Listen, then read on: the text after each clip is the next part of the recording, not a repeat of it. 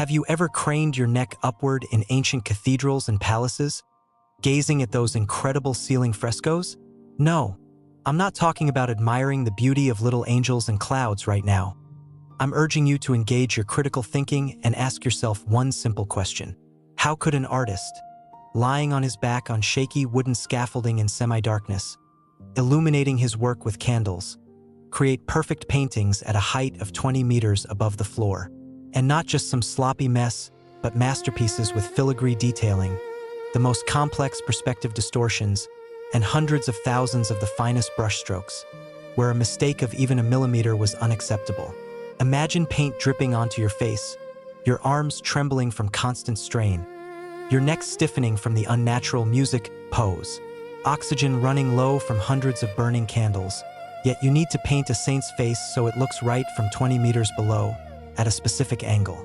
Art history claims it was all done by hand, over years with primitive tools and firelight. And we're supposed to take this on faith. But let's pause for a moment and apply some logic.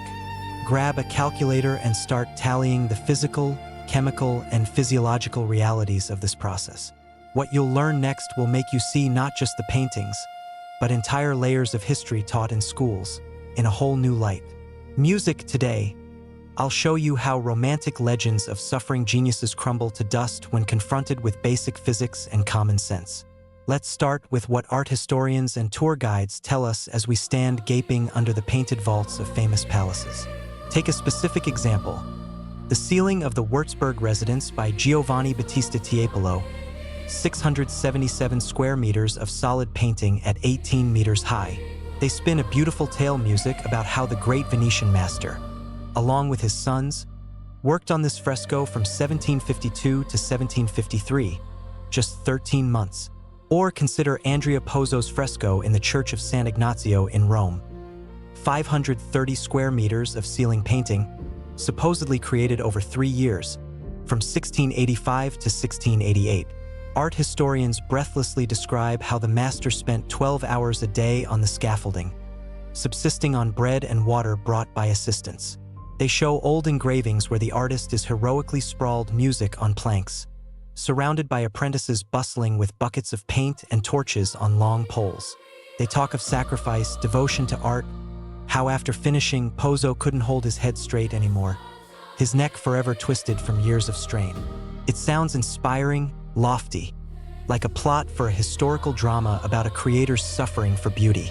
Another example, Pietro da Cortona and his fresco in Palazzo Barberini, 400 square meters, allegedly done from 1633 to 1639.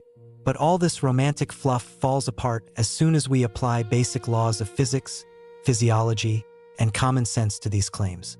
And I'll prove it to you now with numbers, calculations, and straightforward logic that no appeals to genius can dodge. Music. Let's begin with the most fundamental question that, oddly, no one asks aloud in museums. How did the artist even see what he was painting at 20 meters up? Consider a typical ballroom with a painted ceiling, 600 square meters, vault height. A standard wax candle produces about 12 lumens of light flux, creating roughly 15 music lux at 1 meter from the source. By the inverse square law, at 20 meters, illumination drops 400 times to 0.0375 lux per candle. For quality work with colors, music, and details, modern artists use at least 500 lux. This is the standard for restoration studios. To achieve even 100 lux on a 600 square meter ceiling at 20 meters, you'd need about 4,000 to 5,000 candles around the hall's perimeter and on the scaffolding itself. But that's just the start of the nightmare, because 5,000 open flames aren't mere lighting. They're a veritable furnace under wooden music beams. Each burning candle releases about 80 watts of heat. Multiply by 5,000, and you get 400 kilowatts of continuous air heating under the vault. Temperatures in the upper hall would rise to 60 to 70 degrees Celsius. It's simply impossible to be there without heatstroke risk. But even scarier are the combustion byproducts. Burning one candle for 4 hours, average wax candle lifespan, releases about 3 grams of fine soot. 5,000 candles music in a 10-hour workday require 2 or 3 full replacements. So, we burn 12,000 to 15,000 candles daily, producing 35 to 45 kilograms of pure soot. This greasy black soot rises with hot air and settles in a thick music layer exactly where the artist is trying to create subtle color transitions and transparent glazes. Music after an hour of work. Everything painted in the morning is coated in soot, which can't be removed without smearing fresh paint across the plaster. And the most critical issue, oxygen. 5,000 burning candles consume about 1,200 liters of oxygen per hour, creating dangerous hypoxia in a 10,000 to 12,000 cubic meter enclosed space after just 30 to 40 minutes of continuous burning. Now, let's talk about the artist himself, his body, which obeys not romantic notions of art, music, but harsh laws of biology and physiology. I suggest a simple experiment. Lie flat on your back right now. Extend both arms upward over your head and try holding them there for at least 3 minutes without moving. Just hold. What happens? After a minute or so, blood drains from your raised arms due to gravity. Fingers grow cold and numb. Sensitivity in the tips fades. After 3 minutes, burning pain hits the shoulder joints. Muscles start trembling involuntarily from overstrain. Your neck, forced to hold your head thrown back at an unnatural angle, stiffens so every movement echoes pain at the skull base. Now imagine not just holding your arms, but performing the finest brushwork, controlling pressure, mixing shades on a palette in your other hand, discerning tiniest details in dim light. Medical studies show that working with constantly raised arms causes thoracic outlet syndrome, compressing the neurovascular bundle between the clavicle and first rib. After 40 minutes in this pose without breaks, microtears and muscle fibers occur, soft tissue swelling, and critically, impaired brain blood supply from pinched vertebral arteries in the neck. Historians claim Andrea Pozzo worked on the San Ignazio ceiling for 3 straight years, spending 8 to 10 hours daily on scaffolding. Even with 10-minute breaks hourly, and frequent breaks are impossible with wet plaster as paint would dry unevenly, that's still 6 to 7 hours. Music daily in a pose orthopedists call extreme musculoskeletal load. Pozzo should have become a profound invalid with cervical vertebrae compression, arm paralysis, and chronic headaches. Yet portraits show a healthy 70-year-old man with straight posture, who continued working until death and even wrote a 2-volume treatise on perspective. How? Let's dig deeper into the technical side. Perspective, where the official version finally contradicts reality outright. All ceiling frescoes are designed for viewing strictly from below, using Sato in su technique, perspective from below upward, where figures are deliberately distorted to appear correct and proportional from the floor. Take Tiepolo's Würzburg residence ceiling with its hundreds of human figures. To create proper perspective, the artist had to calculate how each line, each contour would distort based on the viewpoint, angle of vision, and distance from viewer to image. But here's the critical point. You can only check accuracy by descending and looking from the floor, because up close where you're painting, everything looks stretched, deformed, and utterly unnatural. That's the technique's nature. Spotting an error in proportions or angles means climbing back up 18 meters, fixing the section, descending again to check, and repeating dozens of times per figure. Wooden scaffolding of that era wasn't modern aluminum with convenient stairs. It was a multi-tier system of beams, planks, and ropes, where each ascent or descent takes at least 12 to 15 minutes, factoring in caution. A typical 500 square meter fresco depicts 150 to 250 human figures. Each requires meticulous proportioning, shading, drapery work. Conservative estimate: check and correct each figure at least 20 to 30 times during the process. Rough sketch, contour refinement, volume buildup, detailing, final accents. 200 figures times 25 iterations equals 5,000 ascents and descents. Even if each cycle takes just half an hour, 15 minutes down, 5 for assessment, 10 up, that's 2,500 hours or 300 workdays at 8 hours, just for movement, excluding actual painting. The next point that shatters the entire romantic music picture is the fresco technique itself and its ruthless time constraints. Fresco isn't oil painting on canvas, where you can work music for months, making corrections and repainting failed sections. It's water-soluble pigments on wet lime plaster. The technique is called buon fresco, true fresco. The essence is that pigments of music absorb into the wet plaster layer, and as it dries, a chemical carbonation reaction occurs. Lime turns into solid calcium carbonate, bonding the paint layer permanently to the base. But this technique has a merciless limit.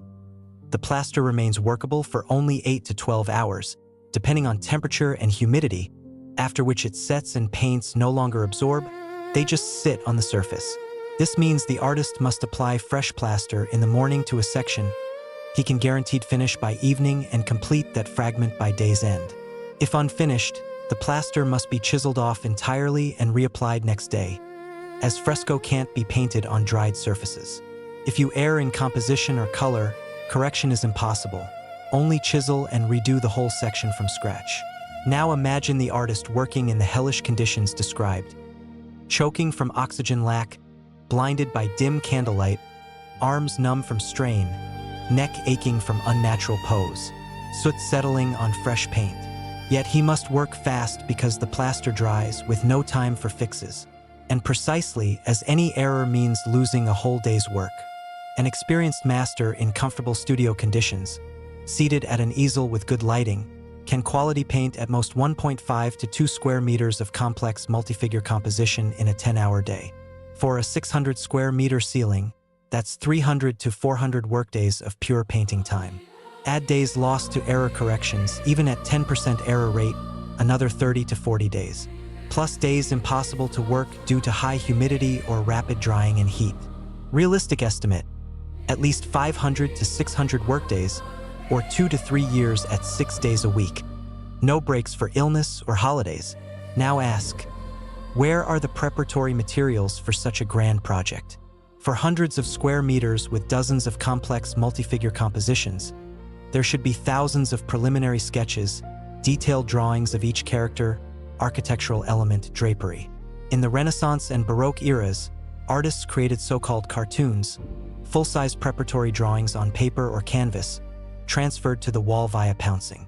The cartoon was laid against the plaster, contours pricked with frequent music holes, through which charcoal or sanguine powder was dusted, leaving a dotted outline on the wall.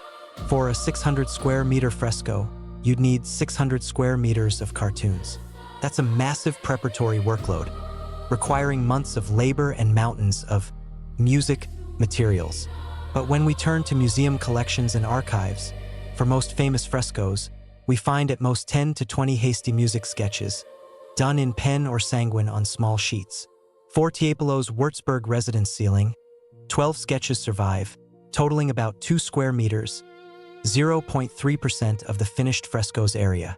Art historians explain this by saying the master worked from inspiration, improvising the composition directly on the ceiling, and cartoons and sketches simply didn't survive the centuries.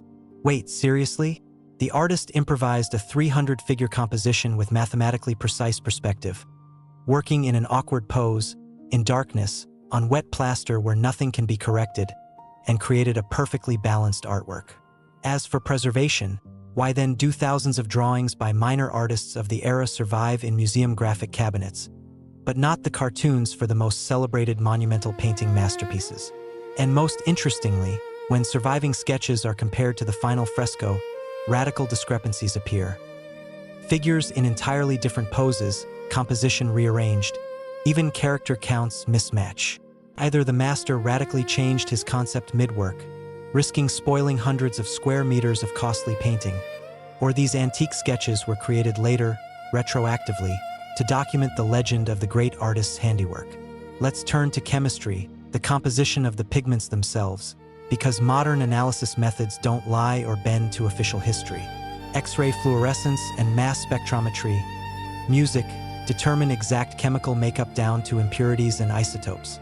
And here, very inconvenient mismatches emerge, which art historians prefer not to publicize or brush off with stock explanations. In analyzing some frescoes dated to the late 17th and early 18th centuries, traces of pigments and binders appear that, per official chemistry history, were synthesized only in the 18th to 19th centuries.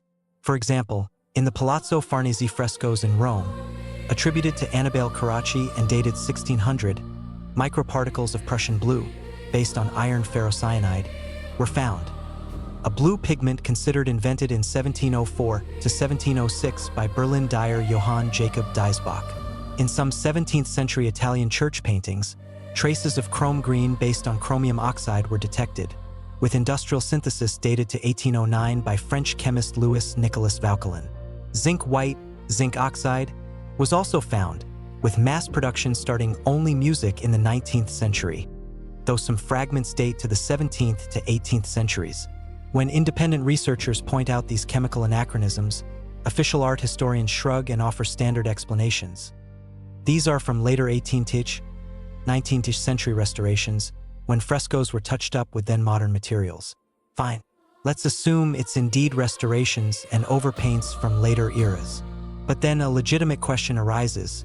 If a significant portion of the paint layer was overpainted in the 18th to 19th centuries, what remains of the 17th century original that we still call works by Carracci, Domenichino, or Gersino? Though what we see today might be 70 to 80% the work of 19th century restorers. This isn't restoration in the modern sense, preservation and conservation of the original. It's essentially creating a new artwork and attributing it to an ancient master. Back to visual analysis of the frescoes themselves, noting what usually hides behind the overall impression of beauty and harmony. Look closely at the decorative elements in ceiling paintings. Architectural frames, coffers, rosettes, molded garlands, repeating ornaments. These elements show absolute identicality to each other with precision unattainable in hand drawing. Try a simple experiment. Draw 10 identical 5 cm diameter circles freehand without a compass. Each will differ in size, shape, slightly flattened or elongated. That's normal handwork variation. But in Baroque frescoes, we see hundreds of decorative elements, rosettes, medallions, cartouches, that repeat with no more than 1 to 2% error. Moreover, instrumental measurements reveal that angels and putty faces in different composition parts have identical proportions. Eye spacing, nose size, forehead width, all matching to 3 to 5 millimeters accuracy at 20 meters. Draperies on saints and allegorical figures' clothing repeat the same characteristic fold patterns. Not approximately similar, but mathematically identical, as if the artist used a mechanical stencil or matrix. Painted architectural elements, columns, cornices, arches, show perfect perspective with vanishing points calculated with engineering precision, impossible to achieve by using ropes and plumb lines. Art historians explain this with simple templates and stencils, indeed used for repeating ornaments. The artist cut shapes from thick paper or thin board and traced them. Fine, assume stencils were used, but then where did such phenomenal accuracy in making the stencils themselves come from? To create dozens of identical complex shape templates accurate to a millimeter requires milling or lathe machines, stamping equipment, precise measuring tools, technologies that, per official history, appeared only in the 19th century with the Industrial Revolution and machine building. What if Baroque artists did use technical devices and optical instruments that official art history either doesn't know about or deliberately omits? In the last 2 or 3 decades, art historians have reluctantly, under irrefutable evidence, music begun admitting that many Renaissance and Baroque masters used the camera obscura, an optical device projecting an inverted image of the outside world through a small hole onto the opposite wall of a darkened room. British artist David Hockney and physicist Charles Falco in the 2000s conducted a massive study, convincingly showing that many 15th, 17th century paintings contain optical distortions characteristic of lens projection, not drawing from life. The official version acknowledges the camera obscura but with caveats. It was primitive, gave dim blurry images, and suited only small studio paintings in bright sunlight. But what if more advanced large-scale optical systems existed, projecting bright, sharp images onto vast ceiling and wall areas?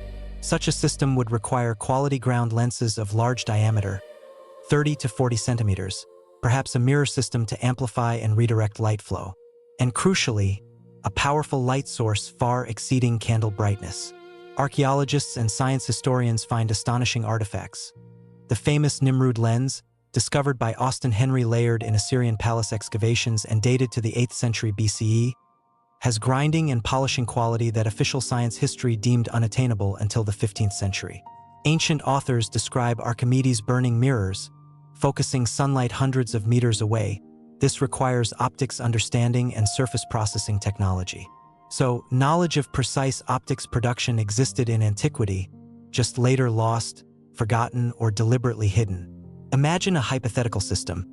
Below the painted ceiling, a large camera obscura with advanced optics and mirrors is set up. It projects pre-prepared images, drawn by the artist at a table in the studio with good daylight, onto the vault.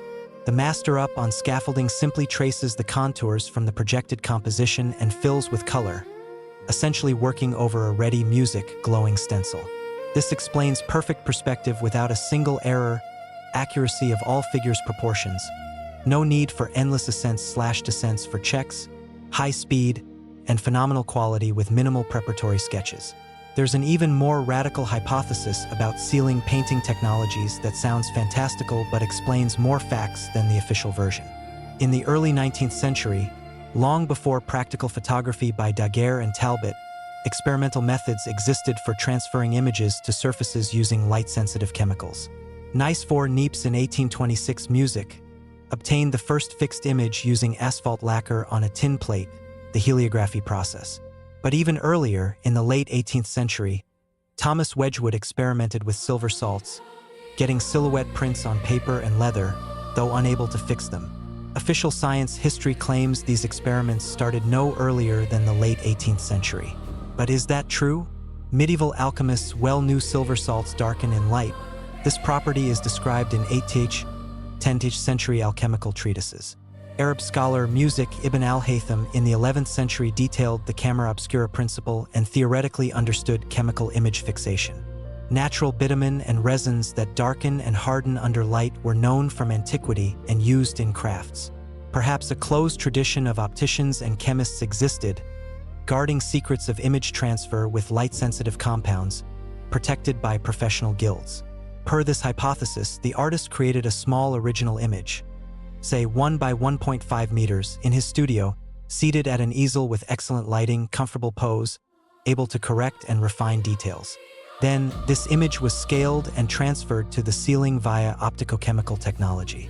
The ceiling was coated with a special music light-sensitive compound. Through lenses and mirrors, an enlarged original image was projected onto it. Exposure occurred over hours or days. The chemical fixed the contours. Afterward, the artist merely colored the ready drawing, adding volume and details. Music work time shrinks tenfold. Quality remains ideal. Music, human error, and inaccuracy are fully eliminated. A critically important question rarely asked openly. How do we even know when these frescoes were created? What evidence underpins the datings? Main art dating methods are written sources, chronicles, artist contracts, payment records, stylistic analysis, and lately physicochemical material analysis. But closer inspection reveals many famous fresco datings rest on shaky foundations. Most historical documents about 16th, 17th century paintings reach us not as originals, but late copies or retellings from the 18th to 19th centuries, whose authenticity can't be verified. For example, detailed descriptions of the Galleria Farnese frescoes by Annibale Carracci, supposedly created 1597 to 1600, first appear in art history texts no earlier than the mid-18th century. The first detailed engravings of these frescoes were published by Carlo Cesio only in 1772, 172 years after supposed creation. A legitimate question arises: why did such a grand artistic project, if truly existing and famous in the early 17th century, not receive immediate coverage in contemporary sources? Why no detailed eyewitness accounts from that time survive? Stylistic analysis is even shakier ground for datings, as the notion of era style is itself an art historian's construct, made retroactively. In the 19th century, artists expertly imitated old masters' manners. Entire workshops specialized in creating antique paintings sold to collectors as genuine Renaissance or Baroque works. Chemical analysis of binders in some fresco paints by independent labs shows organic components characteristic of the 19th century, not 16th.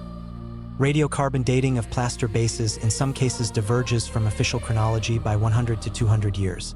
When these mismatches are highlighted, art historians' standard response: frescoes underwent numerous restorations and alterations, so modern materials are in later layers. A fine explanation, but it demolishes the authenticity myth. If a fresco is overpainted 70 to 80% in the 18th to 19th centuries, It's no longer a 16th century master's work. It's a modern fake with a false label. The next logical question: why would anyone create a false origin story for monumental paintings and attribute them to distant past masters? The answer lies in politics, ideology, and power legitimacy, as art has always been a potent tool for shaping collective views of past and present. In the 18th and especially 19th centuries, Europe saw national state formation, national identity crystallization, struggles for cultural and political dominance. Each dynasty, each new elite in power, needed to justify its rule, prove ancient roots, demonstrate cultural superiority. For this, a mythology of a great past was deliberately constructed. Glorious ancestors deep in centuries, priceless cultural treasures by national school geniuses. Old palaces and temples, acquired by new owners after wars, revolutions, or dynastic shifts, needed ideological reinterpretation. They were adorned with new paintings by contemporary artists stylized as antique, using then-existing large-scale image transfer technologies. Simultaneously, historians, art scholars, and archivists worked. Biographies of non-existent or semi-legendary past artists were written, attributing fresh works to them. Documents were fabricated retroactively: contracts, music payment records, letters dated to the 16th to 17th centuries but actually written in the 19th. Fake seals were created, antique handwritings imitated, signatures forged. After 50 to 100 years of this massive operation, everyone devoutly believed the legends, as they were replicated in prestigious academic publications, taught in universities as indisputable truth, reproduced in school textbooks. Questioning the official version became improper, unscientific, a sign of ignorance and dilettantism. A system of mutual support emerged among historians, art scholars, museum curators, archive keepers, people whose careers, reputations, and finances depend on maintaining the status quo, uninterested in revising their discipline's foundations. So, we have two main hypotheses explaining the ceiling fresco enigma, each fundamentally contradicting art history textbooks. Hypothesis 1. The frescoes were indeed created in the dated periods, late 16th, early 18th centuries, but using high technologies later lost or deliberately hidden. Advanced optics for powerful projection systems transferring images over distances, light-sensitive chemicals fixing projections on plaster. Perhaps even more exotic tech, if assuming a more advanced civilization or cultural continuity with antiquity possessing knowledge we consider modern inventions. After some global catastrophe, destructive wars, natural disasters like the Little Ice Age, epidemics, social upheavals, these technologies and knowledge were lost with their bearers. Survivors, finding intact frescoes in buildings, no longer understanding their creation, invented explanations based on available primitive hand labor methods. Thus, the myth of genius suffering artists, lying on backs for years in inhuman conditions for beauty's sake. Hypothesis 2, even more radical. A significant portion of monumental paintings we see in European palaces and churches were created not in the 16th to 17th centuries but the 18th to 19th, when photography, lithography, and chemical image transfer technologies existed. These were deliberately passed off as ancient masters' works in a vast program constructing national historical narratives and justifying ruling dynasties' cultural continuity. Falsification was backed by forged documents, fabricated artist biographies, fake sketches artificially aged. Which hypothesis is closer to truth? Perhaps reality combines both. Some frescoes truly ancient, made with lost high-level tech. Others quality 18th, 19th century imitations artfully inserted into falsified chronology. But one thing is certain. The official version of artists' hand labor in unthinkable conditions with primitive tools fails basic checks against physics, physiology, music, and common sense. Problems with ceiling frescoes are just one of many examples where official art history clashes with irresolvable contradictions between what we're told and what facts show. Similar unanswered questions arise for nearly all monumental and decorative past arts. How were Byzantine mosaics created in Hagia Sophia in Constantinople or Ravenna? For thousands square meters of mosaic coverage from millions of tiny 3 by 3 millimeters tesserae, laid with perfect precision on curved dome and vault surfaces. Official version: by hand, per drawing on plaster, by armies of patient mosaicists. but calculations show laying 4,000 square meters at such density would require at least 50,000 person-years. How were giant 5 to 6 meter sculptures carved from solid marble blocks with detailing showing individual hair strands, skin folds, tensed muscles under surface? Michelangelo supposedly created the 5.17-meter David from a single Carrara marble block in 3 years, using only chisel and hammer. Marble is very hard. One wrong strike chips off excess, irreparable. How were Versailles mirrors, 3.5 by 2 meters, with perfectly flat reflective surfaces without distortions or waves made, when glass was hand-blown and amalgamated with mercury and tin? How were tapestries woven with 40 threads per centimeter, where imagery in detail and light shadow play rivals oil painting? Quality 1 square meter takes about a year for an experienced master. The 20 square meter lady with the unicorn tapestry should have taken 20 years, but is dated to no more than 5 years. To all these, official history gives the same mantra-like answer. By hand, patient labor, primitive tools over years and decades. But math, physics, music, and common sense show these explanations insolvency. Of course, official art science representatives and academic professors will object to everything said above, using standard defensive arguments. You underestimate ancient artists' skill and diligence. They were capable of feats that seem impossible today, they'll say. But skill, music, and diligence don't cancel physics and biology laws. Genius doesn't grant sight in pitch darkness or ignore physical pain. Talent doesn't exempt from breathing music, oxygen. There were special techniques, devices, and methods whose details didn't reach us. A fine argument that actually admits critics' rightness. Yes, the official version is incomplete. Yes, something vital is missed or hidden. But instead of honestly admitting knowledge gaps, historians prefer vague hints at lost mastery secrets. You're a conspiracist and denier, disbelieving human capabilities and achievements. Typical ad hominem instead of factual discussion, a classic tactic when rational arguments run out. Millions of tourists see these frescoes with their eyes. Thousands of experts studied them over centuries. Surely they're not all wrong, and only you are right. Appeal to majority authority isn't truth proof. Science history is full of examples where generations' consensus proved erroneous. If it were massive falsification, some insider would spill. Impossible to keep such a conspiracy secret. They do spill constantly, but music aren't published in peer-reviewed journals, aren't invited to conferences. Their theses aren't defended, books not in university libraries. Institutional filters are built where inconvenient questions and alternative interpretations are auto-sifted at review by committees of those whose careers rest on upholding the official version. This isn't conspiracy as a secret cabal in a dark basement. It's groupthink, institutional inertia, professional community solidarity, unwillingness to admit your specialty's foundation is on sand. If you still doubt and think I exaggerate ceiling fresco creation difficulties or dramatize for effect, I suggest a simple practical experiment anyone can do. Take an A2 sheet of poster board, 40 by 60 centimeters. Attach it to your room's ceiling with pins or tape. Lie on your back on the floor and try drawing something meaningful. A simple portrait, still life, landscape of your choice. For experiment purity, light only with candles. Place 4 or 5 around you, turn off electricity, and work in those conditions. Set a timer for 2 hours nonstop and see how long you last and what results. After 15 to 20 minutes, you'll feel raised arms going numb. Blood drains from fingers. Hands grow cold, lose sensitivity. After 30 to 40 minutes, neck pain from thrown back head becomes nearly unbearable. You'll want to lower it and stretch stiff muscles. After an hour, in dim, flickering candlelight, you can't discern subtle color shades. All paints seem uniformly dark or faded.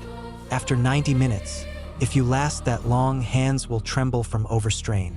Each brushstroke through pain, and your sheet will have a shaky, crude sketch embarrassing to show even close friends, let alone exhibit as a masterpiece. And this is just a 40 by 60 centimeter sheet at 2.5 meters in your apartment. Multiply those sensations, pain, fatigue, inability to focus by hundreds of days. Imagine not home in relative comfort, but on shaky wooden scaffolding. where errors are fatal as plaster dries and nothing's fixable? Do you still believe 16th century artists easily created artworks in such conditions that 500 years later, awe millions? This experiment needs no special knowledge, expensive gear, or permits. Anyone can do it in their apartment in one evening, and the result speaks louder than theoretical arguments. Physically creating quality art in those conditions is impossible. Ceiling frescoes aren't an isolated puzzle for antique riddle lovers. They're part of a far larger issue with our understanding of past eras' technological capabilities and cultural achievements. The more attentively and unbiasedly we study material heritage, the more mismatches we find between official history textbooks and artifacts' physical reality. Polygonal masonry from multi-ton granite blocks in Cusco, Machu Picchu, Baalbek, stones 200 to 300 tons fitted without mortar to tenths of a millimeter, not on straight edges but complex polygonal curved surfaces. Explanation with stone hammers and copper saws mocks common sense. Ancient Egyptian obelisks. Pink granite monoliths 30 to 40 meters, quarried from rock, transported hundreds of kilometers, erected vertically, requiring tech comparable to modern heavy cranes and special transport.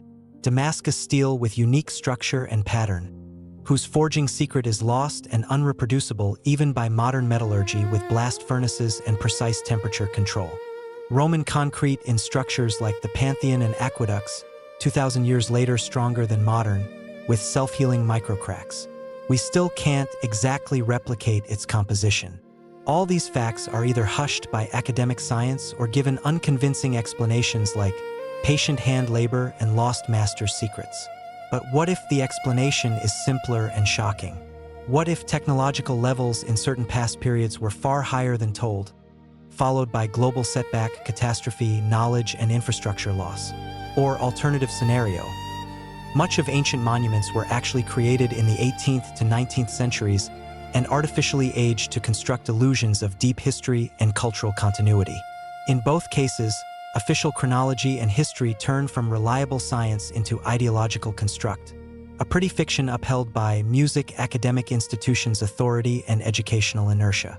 We've come a long way from the simple question, how did artists paint ceilings in darkness, to global conclusions on history falsification and lost technologies. What have we learned? The official version of 16th, 17th century ceiling fresco creation fails basic calculations. Candle lighting creates unbearable conditions from music soot, heat, and oxygen lack. Human physiology makes constant raised arms work torturous and health-destroying. Fresco technique demands speed with no error fixes. Perspective distortions require thousands of ascents/descents for checks. Chemical analysis shows future materials. Ideal symmetry and repeatability indicate mechanical copying. Lack of preparatory materials contradicts project scale. Datings rely on dubious sources. Two main alternative hypotheses: either lost high optics and chemistry technologies were used, or much of frescoes created in 18th to 19th centuries and passed as ancient. Both require rethinking fundamental views on technology and culture history. I don't claim to have definitively proven one version. That needs massive independent research with modern material analysis and access to closed archives. But I've shown the official version has myriad irresolvable contradictions hushed by academic science. Every time you see a ceiling painting in a museum, palace, or church, ask yourself, how is this really done? And if the honest answer is, I don't know, or what they say doesn't add up logically, you've started thinking critically, not taking everything in textbooks and from guides on faith. We've reached this investigation's end, but really, it's the start of a big conversation on how our history is structured and who decides what we believe. If this topic intrigued you, if you want to dig deeper and seek answers to inconvenient questions together, definitely music, subscribe to the channel. Ahead is a series dissecting other historical enigmas and artifacts that don't fit music, the official worldview. Next episodes on ancient aqueducts and water systems, granite processing tech, architectural monument dating puzzles. Each time we'll apply the same method. No blind faith in authorities, only facts, calculations, and logic. Like this video, music, if you think such questions need asking openly and loudly, even if it draws disapproval from academic music circles. Each like shows critical thinking hasn't died under school dogma's weight. And most importantly, write music your opinion in comments. Do you believe the official version of artists lying on backs for years in darkness and soot, creating masterpieces? Or does something fundamentally music seem off? Maybe you've worked as a restorer or artist and can confirm or refute my calculations. Music? Or perhaps you know additional facts and arguments I didn't mention. Let's discuss, debate, check each other, seek truth in open discourse. Music, that's what free exchange of opinions is for, not nodding along to guides. Don't fear doubting what's presented as immutable truth. Don't fear asking inconvenient questions of people in professorial robes. True science builds on doubt and verification, not blind acceptance of authority. I await your comments, constructive criticism, new facts. Together, we can approach understanding how these enigmatic artworks were really created and what's hidden behind pretty legends of suffering geniuses. See you in next investigations. And remember, history is written by victors, but truth can be found by closely examining facts.